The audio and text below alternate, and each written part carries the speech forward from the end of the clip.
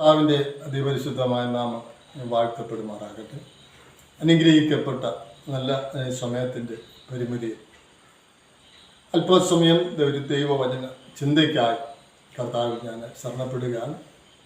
എന്നെ ദുരിതം ചാരിത്രമായി ശ്രദ്ധിക്കുന്ന എല്ലാ ദൈവമക്കൾക്കും കർത്താവായ യേശുക്രിസ്തുവിന്റെ നാമത്തിലുള്ള സ്നേഹവന്ദനം അറിയിക്കുന്നു. കർത്താവ് നമ്മെ ധാരാളമായി അനുഗ്രഹിക്കുമാറാകട്ടെ. മത്തായി സുവിശേഷം 24-ാം അധ്യായത്തിൻ്റെ 3-ാം വാക്യത്തിലേക്ക് ഞാൻ നിങ്ങളുടെ ശ്രദ്ധയെ കൊണ്ടിരിക്കുകയാണ്. അവിടെ നമ്മൾ വായിക്കുന്ന വേദഭാഗം ഇങ്ങനെയാണ്: അത് എപ്പോൾ സംഭവിക്കും? നിന്റെ വരവിന് ലോകാവസാനത്തിന് അടയാളം എന്ത് എന്നും പറഞ്ഞു തരാം. ഇത് നമ്മൾ വായിക്കുമ്പോൾ നമ്മളൊരു കാര്യം മനസ്സിലാക്കിയിരിക്കണം. ആരോട് എപ്പോൾ സംസാരിച്ചു എന്നുള്ളത്. ഇവിടെ 2 കേൾവിക്കാരെ കുറിച്ച് നമുക്ക് കാണാനായിട്ട് കഴിയുന്നു. ഒന്ന്, യേശുക്രിസ്തുവും ശിഷ്യന്മാരുമായി സംസാരിച്ചു കൊണ്ടിരുന്ന ആ കാലഘട്ടം അല്ലെങ്കിൽ ആ സമയം. ഇന്ന് ഇത് വായിക്കുകയും പഠിക്കുകയും അനുഗമിക്കുകയും ചെയ്യുന്ന ഒരു വിഭാഗം ആളുകൾ. അങ്ങനെ 2 audience. First audience, second audience. First audience ആണ് ഇവിടെ യേശുവും ശിഷ്യന്മാരും എന്ന് പറയുന്നത്. ഇന്ന് ഇത് വായിക്കുകയും പഠിക്കുകയും ചെയ്യുന്ന സെക്കൻഡ് ഓഡിയൻസ് ആണ്. ഇത് നമ്മുടെ ശ്രദ്ധയിൽ ഇരിക്കണമെന്ന് ഞാൻ നിങ്ങളുടെ ബഹുമാനം താഴ്മയായി അപേക്ഷിക്കുക. ഇവത്തൊരു സ്തോത്രം. കാരണം നമുക്കാർക്കും തെറ്റ് പറ്റാതിരിക്കാൻ വേണ്ടിയാണ് അങ്ങനെ അത് ശ്രദ്ധിക്കണമേ എന്ന് പറഞ്ഞത്. മർക്കോസിന്റെ സുവിശേഷം 13-ാം അധ്യായത്തിന്റെ 3-ാമത്തെ വാക്യം നമ്മൾ വായിക്കുമ്പോൾ യേശു പറഞ്ഞ ആ കാര്യത്തെക്കുറിച്ച് ശിഷ്യന്മാർ രഹസ്യമായി യേശുവിനോട് ചോദിച്ചു, അത് എപ്പോൾ സംഭവിക്കും? അവിടെ ശിഷ്യന്മാരെ കുറിച്ച് കാണാൻ കഴിയുന്നത് പത്രോസ്, യാക്കോബ്, യോഹന്നാൻ, അന്ത്രയോസ് 4 ശിഷ്യന്മാരാണ് യേശുവിനോട് രഹസ്യമായി ചോദിക്കുന്നത്, അത് എപ്പോൾ സംഭവിക്കും? നിന്റെ വരവിനും ലോകാവസാനത്തിനും അടയാളം എന്ത്? ഫസ്റ്റ് ഓഡിയൻസായ ശിഷ്യന്മാരുടെ ചോദ്യത്തിന് ശിഷ്യന്മാരോട് കർത്താവ് പറഞ്ഞ മറുപടി ആണ് ഞാൻ ഇന്ന് നിങ്ങളുടെ ശ്രദ്ധയിലേക്ക് കൊണ്ടുവരാനായിട്ട് താല്പര്യപ്പെടുന്നു. ഒന്ന്, അത് എപ്പോൾ സംഭവിക്കും? ഇവിടെ നമുക്ക് മത്തായി സുവിശേഷം 24-ാം അധ്യായം വായിക്കുമ്പോൾ തന്നെ നമുക്കറിയാം, ദേവാലയം പൊളിയുന്നതിനെ കുറിച്ചുള്ള, അത് നശിച്ചു പോകുന്നതിനെ കുറിച്ചുള്ള ചോദ്യമാണ്.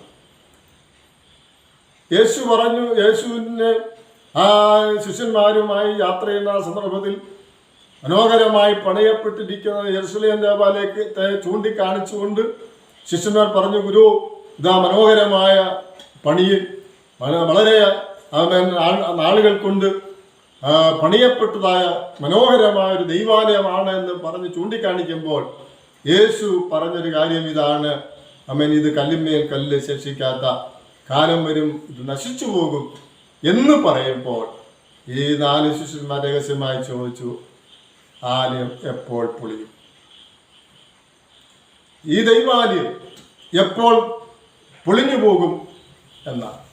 അവിടെ തിരുവെഴുത്ത് നമുക്ക് വാചനം വായിക്കുമ്പോൾ കാണാൻ കഴിയുന്നത് ഈ യെരുശലേം ദൈവാലയം നശിക്കുന്നതിനെ കുറിച്ചുള്ള ചോദ്യമാണ്. അതിന് മറുപടിയായി സെഫന്യാവിൻ്റെ പുസ്തകം 1-ാം അധ്യായത്തിൻ്റെ 14-15 വാക്യങ്ങളൊക്കെ നമ്മൾ വായിക്കുമ്പോൾ യഹോവയുടെ ദിവസം, കഷ്ട ദിവസം എന്ന് രേഖപ്പെടുത്തിയിരിക്കുന്ന ഭാഗങ്ങൾ നമുക്കവിടെ വായിച്ച് കേൾക്കാനായിട്ട് കഴിയുന്നുണ്ട്. ദൈവത്തിന് സ്തോത്രം.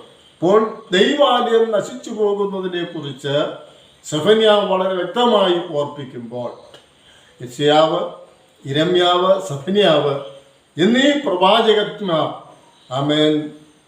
ഈ ദൈവാലയം നശിച്ചു പോകും എന്ന് മുൻകൂട്ടി തന്നെ പ്രവചിക്കുവാൻ ഇടയായി.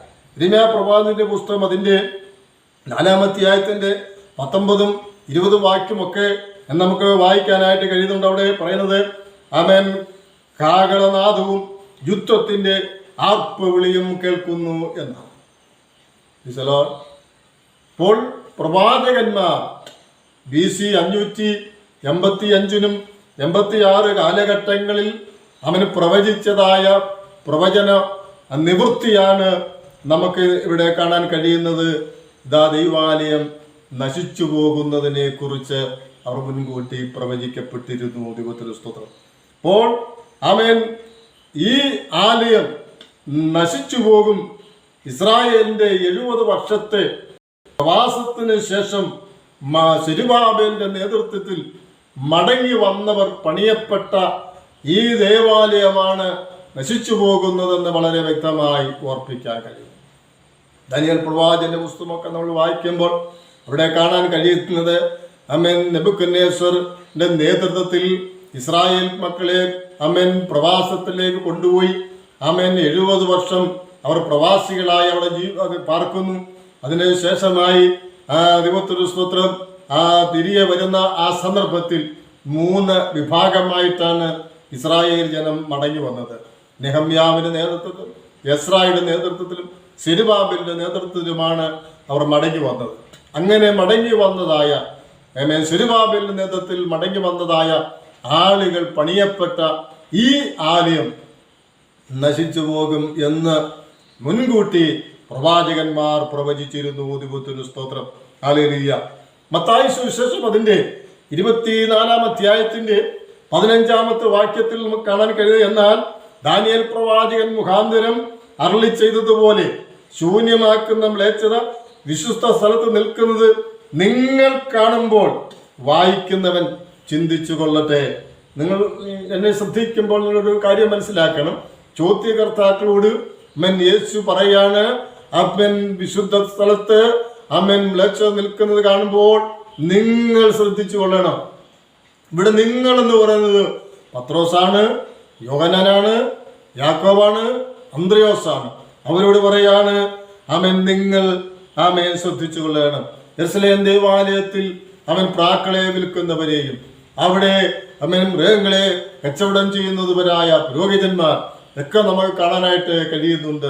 അവിടെ അവരെയൊക്കെ അവരെ കുറിച്ച് അവിടെ പഠിപ്പിക്കുന്ന കർത്താവ് പറഞ്ഞൊരു കാര്യമാണ്, എൻ്റെ ആലയം പ്രാർത്ഥനാലയം എന്ന് വിളിക്കപ്പെടും. നിങ്ങളതിനെ കള്ളന്മാരുടെ ഗുഹയാക്കി തീർത്തിരിക്കുന്നു. അപ്പോൾ ദൈവാലയത്തിന്റെ നടുവിൽ കൂടെ ചുമടുമായി കടന്നു പോകുന്നവർ, അവിടെ പ്രാക്കളെ വിൽക്കുന്നവർ, മൃഗങ്ങളെ യാഗമർപ്പിക്കുവാൻ കൊണ്ടിരുന്ന മൃഗങ്ങളെ അവൻ യാഗമർപ്പിക്കുകയും അത് മറിച്ചു വിറ്റ് കാശുണ്ടാക്കുകയൊക്കെ ചെയ്തുകൊണ്ടിരിക്കുന്ന ഒരു കാലഘട്ടത്തെ കുറിച്ചാണ് അവിടെ പ്രവാചകന്മാർ മുൻകൂട്ടി പറയപ്പെട്ടിരിക്കുന്നത്. അങ്ങനെ ദൈവത്തിനുസ്വരം യേശു അവിടെ വന്നിട്ട് പറയാണ്, എൻ്റെ ആലയം പ്രാർത്ഥനാലയം എന്ന് വിളിക്കപ്പെടും. ദൈവത്തിന് സ്തോത്രം. അപ്പോൾ ദാനിയേൽ പ്രവാചകന്റെ പുസ്തകം 9-ാം അധ്യായം 27-ാം വാക്യം തൊട്ട് മുമ്പോട്ട് വായിച്ചു വരുമ്പോൾ കാണാൻ കഴിയുന്നത്, ആമേൻ, ഈ ദൈവാലയം വെസ്പേഷ്യൻ ചക്രവർത്തിയുടെ മകനായിരിക്കുന്ന ടൈറ്റസ് അല്ലെങ്കിൽ തീത്തോസ് അവൻ കടന്നുവന്ന് അതിനെ നശിപ്പിച്ചതായി ചരിത്രങ്ങൾ രേഖപ്പെടുത്തിയിരിക്കുന്നു. Praise the Lord. ഹല്ലേലൂയ. ആമേൻ. ചരിത്ര ഗവേഷകരായ ആളുകളൊക്കെ ആമേൻ ഇന്നും അത് രേഖപ്പെടുത്തി വെച്ചിരിക്കുമ്പോൾ നാം ഓരോരുത്തരും അത് വിശ്വസിക്കുന്ന ആളുകളെ AD 70 ആമേൻ യെരുശലേം ദേവാലയം നശിപ്പിക്കപ്പെട്ടിരിക്കുന്നു. അങ്ങനെ എങ്കിൽ 1-ാം നൂറ്റാണ്ടിൽ തന്നെ യെരുശലേം ദേവാലയം നശിക്കുവാനിടയായിട്ടു. യേശു പറഞ്ഞ മറുപടിയാണ്. അത് കേട്ട ശിഷ്യന്മാർക്ക് അവൻ ആ കാര്യം വളരെ വ്യക്തമായി അത് മനസ്സിലാക്കാനായിട്ട് കഴിഞ്ഞു, അംഗീകരിക്കാനായിട്ട് കഴിഞ്ഞു എന്ന് തിരുവെഴുത്ത് നമ്മെ പഠിപ്പിക്കുമ്പോൾ ഇന്നും അനേക ആളുകൾക്ക് ആമേൻ ഇത് അംഗീകരിക്കാൻ കഴിയാതിരിക്കുന്നു.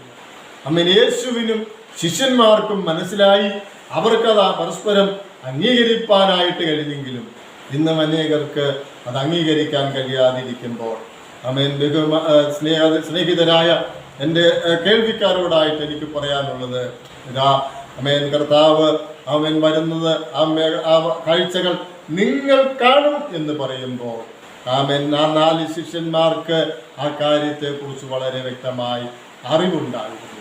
അങ്ങനെയെങ്കിൽ ആമേൻ ഇന്ന് ഈ 1-ാമത്തെ ഈ ഭാഗം ഞാനിവിടെ ഉപസംഹരിക്കുവാനായിട്ട് കർത്താവിൽ താല്പര്യപ്പെടുകയാണ്. 1-ാം നൂറ്റാണ്ടിൽ ആമേൻ ജീവിച്ചിരുന്ന പത്രോസിനും യാക്കോബിനും യോഹന്നാനും അന്ത്രയോസിനും അതൊക്കെ യേശു കൊടുത്ത മറുപടി വളരെ വ്യക്തമായി മനസ്സിലാക്കാൻ കഴിയും, അത് അംഗീകരിക്കാൻ കഴിയും. എന്നെ കേൾക്കുന്ന ദൈവമക്കളെ, നിങ്ങൾ നിങ്ങളുടെ കയ്യിലിരിക്കുന്ന ബൈബിൾ എടുത്തിട്ട് ഫസ്റ്റ് ഓഡിയൻസ് ആണോ നിങ്ങൾ, സെക്കൻഡ് ഓഡിയൻസ് ആണോ നിങ്ങൾ, ഏതെന്ന് ഉറപ്പുവരുത്തി ഫസ്റ്റ് ഓഡിയൻസിലൂടെ പറഞ്ഞ കാര്യങ്ങൾ സംഭവിച്ചു എന്ന് നിങ്ങൾക്ക് വിശ്വസിക്കാൻ കഴിയട്ടെ എന്ന് ഓർപ്പിച്ചുകൊണ്ട് എൻ്റെ വാക്കുകൾ ഇവിടെ സംഭരിക്കുന്നു. ഈ അടുത്ത ഇതിൻ്റെ കർത്താവിൻ്റെ വരവിനെ കുറിച്ച് അടുത്ത ഭാഗത്ത് അത് ഉദ്ധരിക്കുവാനായിട്ട് ഞാൻ ആഗ്രഹിക്കുന്നു. ഈ തിരുവചനം നിമിത്തം ദൈവം നിങ്ങൾ ധാരാളമായി അനുഗ്രഹിക്കുമാറാകട്ടെ. ആമേൻ.